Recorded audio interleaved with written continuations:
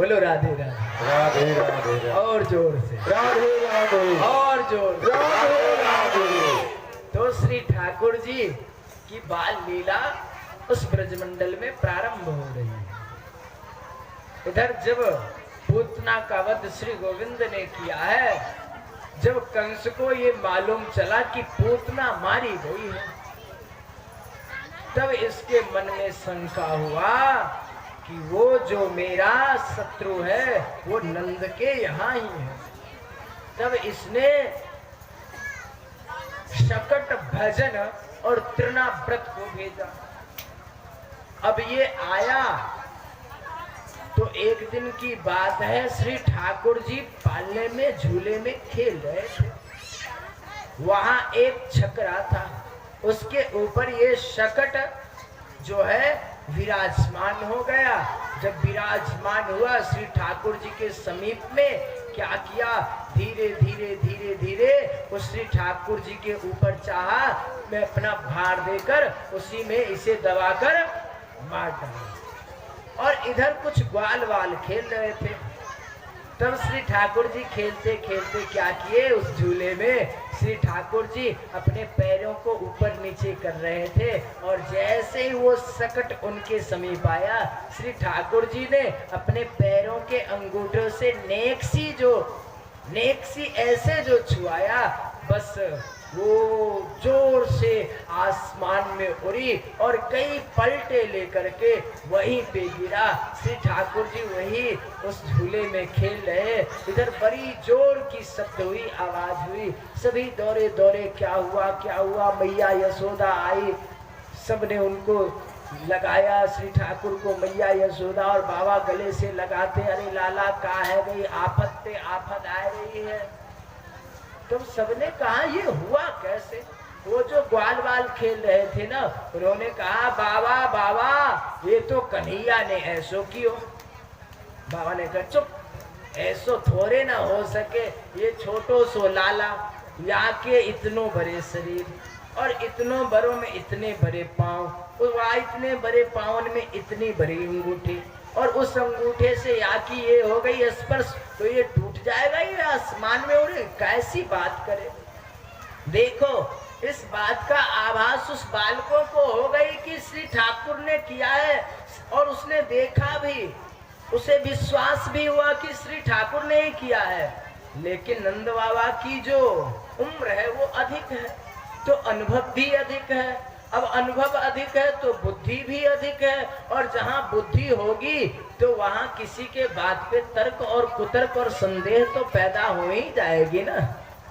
इसीलिए जब आप कभी किसी भक्तों से मिलो और उसकी वाणी पे यदि आप संदेह करते हो, तो इसका मतलब है आप खुद विज्ञ बने पड़े हो। यदि विज्ञ नहीं होते, अज्ञ होते, तो आप कहते हाँ बात तो ऐसा ही हो सकता। यही बात है नंद बाबा में, वो विज्ञ बने पड़े हैं कि ये छोटा सा बालक ये कैसे कर सकता है। लेकिन जो बालक वहां खेल रहे थे उनके अंदर कुछ ज्ञान नहीं है, ना कुछ समझ है। इसलिए वो कहते ठाकुर ने ये लाला ने ही किया है, और उसे विश्वास है कि इसी ने ऐसा किया है। क्यों? उनके पास बुद्धि जो नहीं है, जो ज्ञान नहीं है। और यही भक्ति का सार है कि जब तक आपके भीतर बुद्धि और ज्ञान है, तब तक वो प्रेम आपको नहीं मिल सकता। जब आपके भीतर से वो बुद्धि वो ज्ञान निकल जाए, और जब वो प्रेम का पुट आपके ऊपर चढ़ जाए, समझ लेना जय जयकार हो गई। बोलो राधे राधे। जब तक आपके भीतर वो ज्ञान रहेगी, बुद्धि रहेगी, आप तर्क और कुतर्क करोगे, संदेह पैदा करोगे। तो नंद बाबा ने कहा ऐसा नहीं हो सकता। इस प्रकार से फिर ये जो तृणाव्रत आया, ये बवंडर का रूप धारण करके आया और श्री गोविंद को लेकर आकाश में उड़ा। श्री ठाकुर जी ने इसकी भी राम राम सत्य कर दी। बोलो वृंदावन बिहारी लाल। अब मैया यशोदा, नंद बाबा आदि सब रो रहे, बिलख रहे, लाला को ले गए।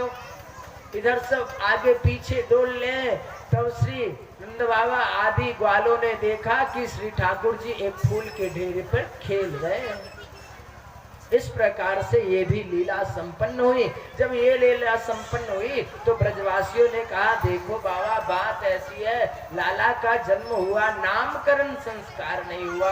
मेरी इच्छा है हम सभी ब्रजवासियों की अब लाला की नामकरण संस्कार संपन्न है जाए तो बड़ी अच्छी बात है। लेकिन नामकरण संस्कार करेगा कौन? इन दोनों के गुरु हैं श्री गर्गाचार्य जी और महर्षि शांडिल्य। अब नामकरण कैसे संस्कार हो? यदि हो तो कंस को ये संदेह पैदा हो जाएगी, और श्री ठाकुर जी भी चाहते, और श्री वसुदेव जी को भी ये जानकारी मिल गई थी कि आपका पुत्र वही है। तब इन्होंने सोचा कि मेरे कुल पुरोहित यदि जाकर के वहां श्री ठाकुर जी का यदि नामकरण संस्कार करते तो ये अच्छी बात होती। तब श्री नंद बाबा शांडिल्य महर्षि से कहा कि आप कर दो। उन्होंने कहा, देखो, नामकरण संस्कार यदि तुम घर में करते हो तो कंस के भीतर तो संदेह है ही, और इस बात की पुष्टि हो जाएगी जब गर्गाचार्य जी आकर के और इसका नामकरण संस्कार करेंगे तो बस होगा कि देखो, इस वासुदेव का ही कुल पुरोहित है, इसलिए ये वासुदेव का ही बेटा है।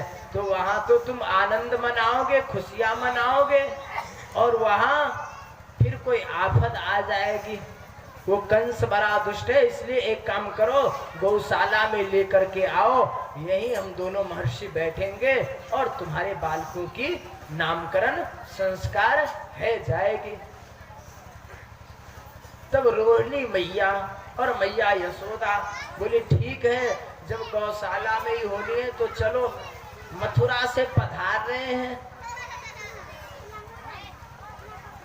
कुलगुरु, चलो उनकी परीक्षा तो ले ले कि ये कैसे कुलगुरु हैं।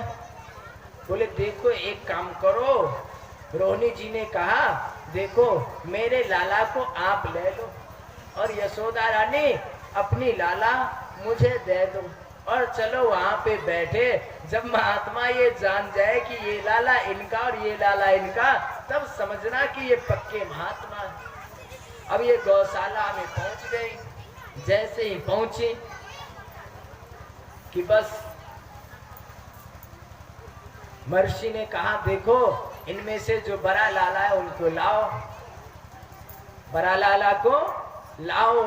रोहिणी मैया श्री ठाकुर जी को ली हुई है और गई। जैसे ही गई, बोले, ये तो यशोदा का लाला है। अब जैसे इन्होंने कहा कि यशोदा का लाला है, मैया को विश्वास है गई, हाँ, ये तो पक्के कुलगुरु हैं, हाँ, अब इन्हीं के हाथों होनी चाहिए। तब श्री आचार्य ने इनका सर्वप्रथम बलदेव जी का नामकरण संस्कार किया। वैसे आदि टीकाकार करते कृष्ण का, कोई कहते बलदाव का, लेकिन सर्वप्रथम श्री बलदाव जी का। क्यों? ये बड़े भाई हैं। बलदाव जी को लिए कौन? मैया रोहिणी लिए हैं और बैठी हैं। तब आचार्य प्रवर आंख बंद करके जैसे उन्होंने देखा कि ये तो श्री ठाकुर जी के छोटे भाई परे हैं, छोटे भाई परे हैं, इसलिए इनका नाम रखा गया शेष। ये बलों में बड़े श्रेष्ठ होंगे, इसके लिए इनका नाम बलदाव होगा, संकर्षण आदि होगा। इस प्रकार से इनके कई नाम रखे गए। और जब ठाकुर जी की बारी आई, जब श्री ठाकुर जी को इन्होंने देखा है और आंख बंद किया है, तो इनको वही गौलोकाधिपति श्री कृष्ण दिखे हैं। जब गौलोकाधिपति कृष्ण देखे तो श्री आचार्य ने कहा, देखो प्रभु, आपका नाम तो पहले से ही कृष्ण है और आप गौलोक से ही आए हो, आपका जन्म नहीं, आपका इस नंदांगन में प्रागट्य हुआ है, इसलिए आप यहाँ प्रकट हुए हो, तो आपका जो गौलोक का नित्य नाम है वही नाम होना चाहिए। वैसी मेरी क्या सामर्थ्य, मेरी क्या शक्ति कि मैं आपका नामकरण संस्कार करूं। लेकिन प्रभु आपकी कृपा से मुझे ये सौभाग्य प्राप्त हुई है, जिसे वेद अनामी और अजन्मा कहता है, आज मैं उसे नाम प्रदान कर रहा हूं। प्रभु आपकी बड़ी कृपा है। तब उन्होंने कहा, देखो यशोदा, देखो नंद बाबा, इसका नाम कृष्ण होगा। और मैं क्या बताऊं, इसके नाम तो अनंत है, मैं जितना कहूं उतना कम है। कोई इसे मोहन कहेंगे, कोई इसे श्याम सुंदर कहेंगे, कोई इन्हें कन्हैया कहेंगे, कोई इन्हें माखन चोर, आदि आदि नाम इन्होंने दिया। इस प्रकार से श्री ठाकुर जी का नामकरण संस्कार संपन्न हुआ। अब ये क्या किए कि दोनों भैया घुटमुन घो उस ब्रजमंडल में चल ले। चलते तो इनके पाँव में जो घुंघरू पायल आदि जो मैया पहना रखी है, जब ये चलते तो रुन बजने लगता। रुन झुन रुन झुन रुन झुन बाजत है पैजनिया।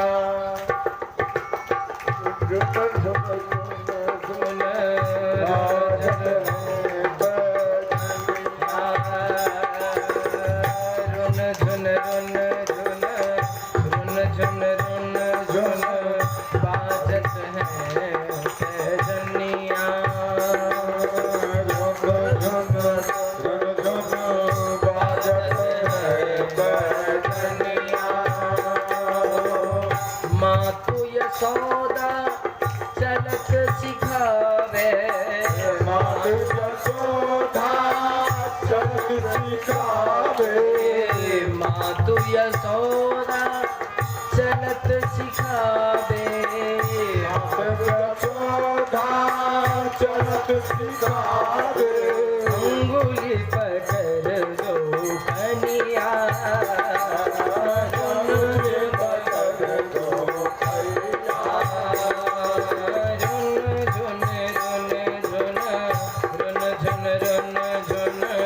बाजत है पैजनिया।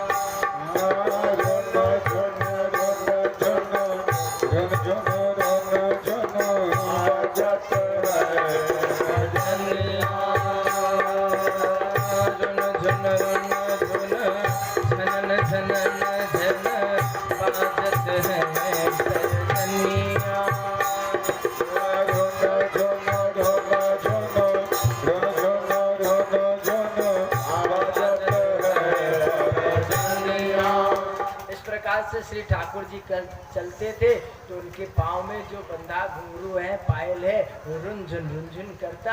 और इन शब्दों को सुन सुनकर वहाँ जो ब्रजवासी गोपियाँ थी वो सब आनंदित होती थी।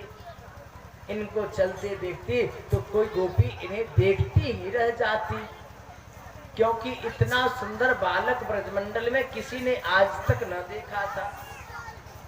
अब ऐसी सौभाग्य इनको प्राप्त हुई कि ये सब उनको देख रहे हैं, इसलिए जो देखते उनको देखते ही रहती। और जब देखते ही रहती तो श्री ठाकुर जी भी बड़े नटखट हैं। अब ये देखे तो किसी गोपी को, बूढ़ी गोपी को या किसी भी गोपी ग्वालों को देखते ये मटकी मार देते। अब बेचारे मटकी मारते और फिर घुटमन गो चलते। बलदाऊ जी भी साथ में चलते। फिर ये धीरे धीरे जब धीरे धीरे बड़े होने लगे हैं तो क्या किए पता है? एक दिन की बात है, श्री ठाकुर जी आंगन में खेल रहे थे, श्री बलदाऊ जी भी थे। अब वहां पे श्री ठाकुर जी ने क्या किया, एक माटी का ढेला, उस ब्रज का रज जो है उसे लिया और श्री ठाकुर जी ने खाया। जब श्री ठाकुर जी ने खाया, बलदाऊ जी ने कहा, लाला तैने मिट्टी खाई, अब मैं जाके मैया को कहूं कि देखो मैया लाला ने मिट्टी खायो।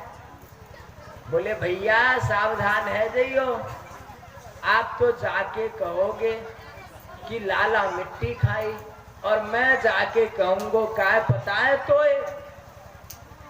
मैया बलदाऊ भैया बरोसो भांग को गोला खायो। अब बलदाऊ जी ने कहा लाला लाला चुप रहियो, मैं काऊ को ना कहूंगो।